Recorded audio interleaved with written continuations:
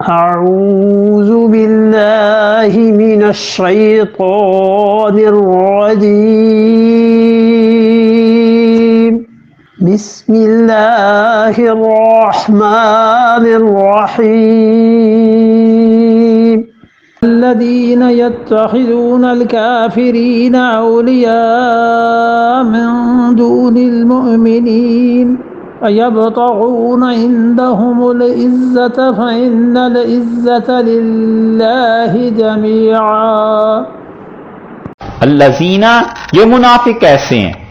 ایک ترجمہ، بعض حضرات نے ترجمہ کیا ہے ہم الذین، یعنی یہ منافق ہیں ہی ایسے. الذین تو سادہ بات ہو گئی کہ یہ منافق ایسے ہیں. ہم الذین، بس یہ ہیں ہی ایسے کہ یتخذون الکافرین، انہوں نے کافروں کو بنایا ہے اولیاء، اپنا دوست، من دون المومنین، اور ایمان والوں کو چھوڑ دیا ہے. کافروں کو دوست بناتے ہیں، ایمان والوں کو چھوڑ دیتے ہیں.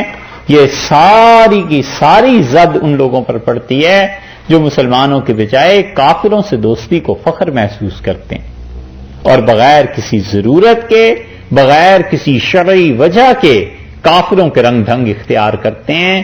یہ آپ سب لوگوں کو سوچنا چاہیے کہ یہ آیت کس کے لیے. اللہ نے کہا ہے ان منافقوں کو جا کے خوشخبری سنا جو کافروں کو اپنا دوست بناتے ہیں اور ایمان والوں کو چھوڑ دیتے ہیں. اور بات کیا ہے؟ یبتغون عندهم العزہ، یہ ان کافروں کے ہاں عزت چاہتے ہیں. یہ سمجھتے ہیں ان سے خلا ملا رہے، ان سے ملتے جلتے رہے، ہماری عزت میں ذرا اضافہ ہوگا، روب دبدبے میں اضافہ ہوگا. لوگ کہیں گے کہ صاحب آتے جاتے ہیں گھر میں اور گورا آخر اپنا ہی مرید معتقد ہے، اس کی فکر نہ کرو. یہ جملے یبتغون عندهم العزہ، یہ چاہتے ہیں کہ کافروں کے ہاں جا کر عزت کمائیں، ان کے پاس ڈھونڈتے ہیں عزتوں کو. فإن العزة للہ جميعا، اصل بات یہ ہے کہ عزت تو ساری اللہ کے پاس ہے، وہ جسے چاہے دے، جسے چاہے نہ دے.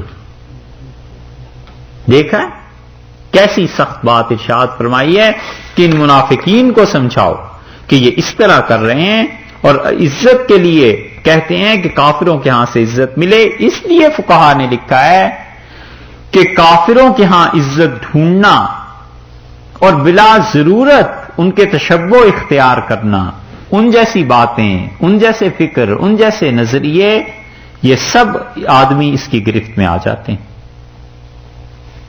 اس آیت کی کچھ تشریح اور بھی ہے، کل انشاءاللہ پڑھیں گے اس کو.